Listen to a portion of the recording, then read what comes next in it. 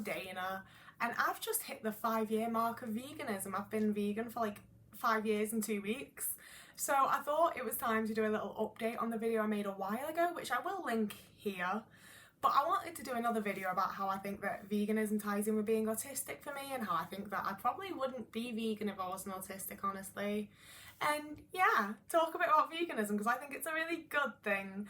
But disclaimer, I am also very aware that it is physically not possible for everyone to be vegan. I'm very aware that people have various health issues or allergies, mental health issues, all sorts of shit going on that means it's not viable and a genuine option for everyone. I totally understand that, but I also think that if you're in a position that it would be as easy for you as it was for me, then I think you probably should go vegan, and maybe this will be a little kickstart for that. But I do get that it's not the position for everyone. And also, before we get into it, a very quick wee warning that later on there will be a bit where we touch on like eating disorders and disordered eating and general issues around eating habits and the like. So I'll let you know when that's coming up, and you don't have to watch it if it's not for you. But the rest of it won't be like that, so I think you should stick around up until that part if you can't watch that. You know, like stick around for the whole lot if you can, but I get that it's a sensitive topic and I don't want to intentionally trigger anyone, so I'll let you know when it's coming up. For now though, let's get into it. So my first big reason for going vegan was the animals. I went vegetarian for a couple of years before I went vegan, and then went back to completely eating meat and dairy, and then went fully vegan. And I'd spent years and years and years wanting to be vegetarian and having an absolute ball ache of a time trying to be vegetarian because my parents didn't want me to be. My family was a very like meat and potatoes, eat everything on your plate, we've made you this food so you're gonna eat it, you're gonna sit there until you're done eating it kind of thing. Like one of my early memories that my parents used to bring up was that like we went camping for family holidays because we didn't have an awful lot of money, and there was a point when we'd been camping in the spring when they were like rounding up all of the baby sheep to take off to slaughter. They were taking the lambs away from the mothers, so all of the sheep were obviously like bleating, and it was very loud, and I remember asking my parents like what's going on, why are they all crying and screaming, like what are they shouting about? And my parents were like, oh, they're asking for their mummies back. And I was like, what do you mean? They were like, they're taking them away from their mummies because that's the time of year. So I didn't eat lamb at all growing up. Like I would straight up refuse to eat lamb. It really weirded me out and grossed me out because I had the awareness of like, they're taking them from their parents, this is horrible. But I just didn't make the connection in my brain that was what was happening with all meat for a really long time. And as is very common for autistic people, I often felt like I got on better with animals than I did people. Like my pets were my best friends growing up, and I felt closer to them than I did with people. And then when we moved to Denmark when I was like 11ish, I used to go and like feed the little like, neighbourhood cows essentially, because we lived in the middle of nowhere, so it was like a 10-minute bike ride to go out to the field of cows. And I spent a good long while riding out there like every couple of days, and I'd feed them apples and just sort of hang out with them. I liked the cows. And then there was the day that I rode out there and there just weren't any cows in the field anymore. And I was like, where have they moved them to? And I went back and I mentioned it to my parents, and my dad was like, well, it's that time of year. And I was like, what do you mean it's that time of year? And he was like, time of year that those cows were like gone to slaughter. And I was like, oh shit, they weren't just someone's pet cows hanging out in a field, like they were cows being raised to be meat, like shit.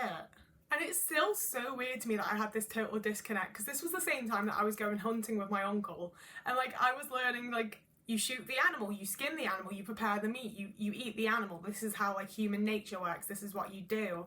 So I had like an extreme understanding of like how you get meat, where meat comes from, the way that it is, but I still just didn't have this connection to like how massive of an industry it was, and the fact that like the hundreds of animals that you saw in fields were all going to be murdered. Like I really didn't have that connection at all. And the cousin that I went hunting with also was like the kind of person that also had like a deep connection with animals and really liked animals. So we had this like very like, it's a respect thing to be doing it yourself, to like actually kill the animal yourself and prepare the meat and eat it. Like it's a very like respectful like human thing to do. And see, it's been so long since I've had like the texture and shit of meat that I don't think I actually could anymore. But for a long time, even after I'd gone vegan, I was like, I'd probably still eat meat if I hunted it myself in that situation where like it's a wild animal, it hasn't been entrapped and like bred to be slaughtered. But I think I'm past that. I don't think I would at this point actually. So like it took me quite a long time, but it was making all these connections and like starting to really see all animals as animals, you know. Like I stopped having the disconnect of like, well, it's not okay to eat a dog, but it is okay to eat a cow. And especially, one of the big things for me, honestly, was the horse meat scandal back in like 2012, 2013. Because my mum immediately went to like Iceland and Morrison's and everyone was like, we're buying all this cheap meat that's just cheap because it might have horse in it. And like, who cares if it's a horse or a cow? And I was like, I mean, I'm gonna eat it, and I don't care if it's a horse or a cow. But also, there's people making these arguments of like, but horses are pets and you shouldn't eat horses. And like, I get where they're coming from, but also, like, if that's the case, why is it okay to eat cows and sheep and pigs? If, like, are they not cute enough? I'm not rich enough, like, to own them, so suddenly they don't count as a pet and it's okay to just murder them. Like, that was where I started to, like, really have those thoughts, and it wasn't long after that, actually, that I went vegetarian, so that might have really inspired more than I expected. But I just started to get this, like, massive sense of justice for the animals of, like, why do they deserve to be murdered just so that we can eat them? Like, why do I think I have this entitlement and this, like, I'm so much better than these animals that they deserve to be murdered and have their lives ended just so that I can eat, when, like, I can eat other things. I do have other options here. And alongside that, the thing that I think, like, really massively ties into autism is that I had a shit ton of sensory issues around meat and dairy anyway. I refused to eat any meat that came on a bone because it tastes more irony. Like, I can taste if meat came on a bone, because my mum spent a long time trying to find ways around it, because obviously meat on the bone is cheaper than like a nice chicken breast or whatever. So she'd like perfectly peel the meat off the bone and make sure there was no sign of it having been on the bone. I'd be like, no, but I can taste that it was. And she would insist that it wasn't, and there was no bone in there, so it'd be fine. I was like, no, I can taste that this came on the bone. Like, I know that you've spent the time to cut it off and whatever, but I can taste that it came on the bone and it tastes wrong. And then, like, on top of that, you've got bits of gristle, random bits of fat. You open the meat and, like, some of it's white, but some of it's brown, and this bit's still a little bit pink. And, like, everything about meat just kind of, like, it was normalised to me, so I dealt with it, but I was still kind of repulsed and disgusted by it, you know? Like, I never wanted to, like, look at raw meat that I was going to cook. I didn't want to touch raw meat. There were a lot of, like, standards that I had with the meat that I actually did eat. Like, I pretty much ate, like, reasonably nice steaks, salmon, chicken breast.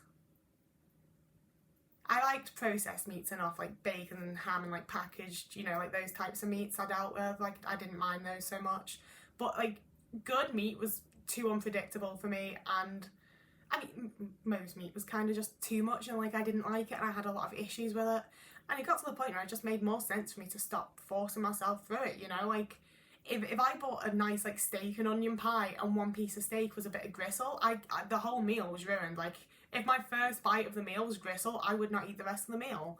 And it's like, so I can carry on doing this, or I can buy the vegan pie that's got fake meat where it's all exactly the same and not have to deal with the irregularities and the shocks of texture, and it's perfect and the exact same every single time. Like, it just makes significantly more sense for me. And that goes with dairy as well. Like, my mum, like, really enjoyed pointing out, like, oh, look how bright these egg yolks are compared to normal. Look how I hate it. I would want my eggs to be the exact same every single time. And you know what? When you're buying, like, the Oggs or whatever vegan egg out of a bottle, it is the exact same every time, and it's beautiful. It takes some getting used to because it's different, but it's the same every time, and I much prefer it. I love a bit of tofu scramble as well. I was always a bit of an egg bitch. But, you know, like, for the way that my, like, brain works, the vegan versions of things are just genuinely better for me. Like, I know sometimes, like, it might not taste better, it might not have the same texture as the meat version or the dairy version, but it's what I wanted it to be when I was going for the meat and dairy version, you know?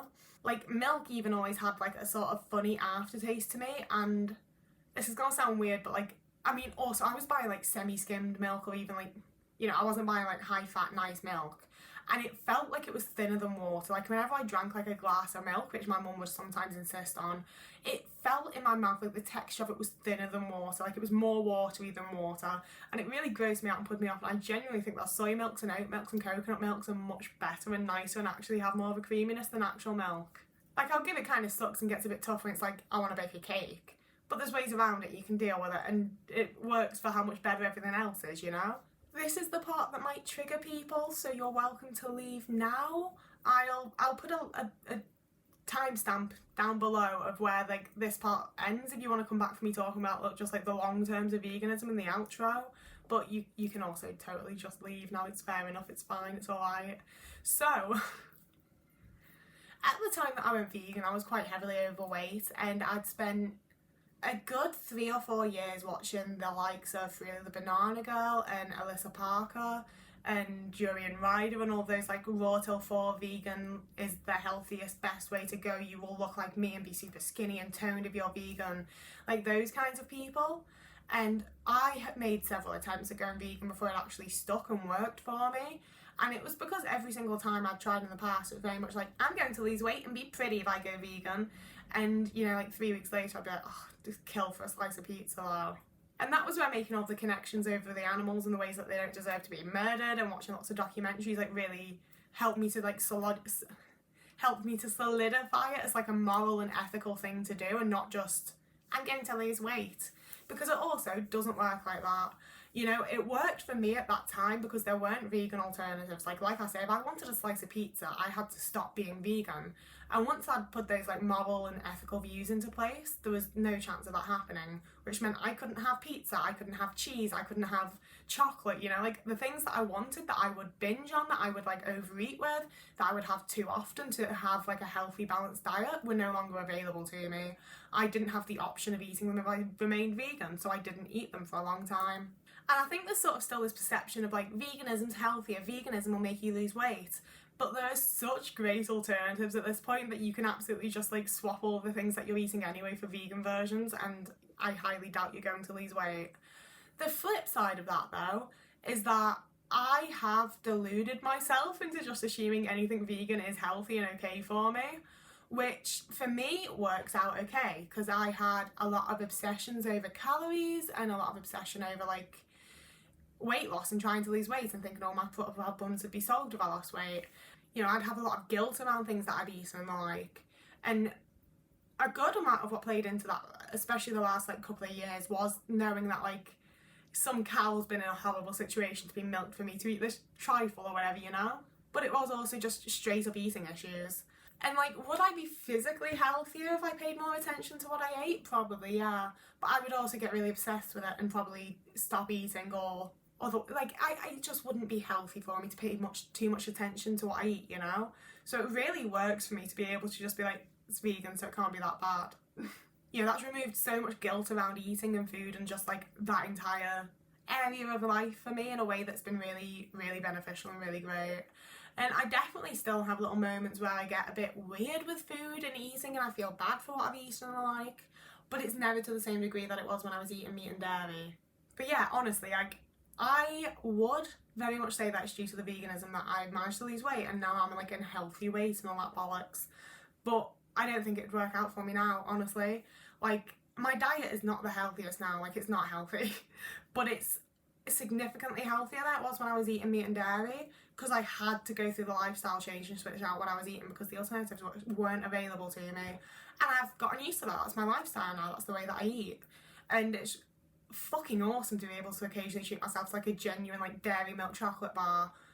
Not like genuine, but you know what I mean, like the vegan alternative, or like plant-based Baby Bells. Like, it's fucking sick. But that was the shit that I was eating like all the time before, and not only can I not afford it anymore, but it's a treat, you know? It's not something that I'm used to anymore. It's not something that I crave on the regular, I'm used to having regularly.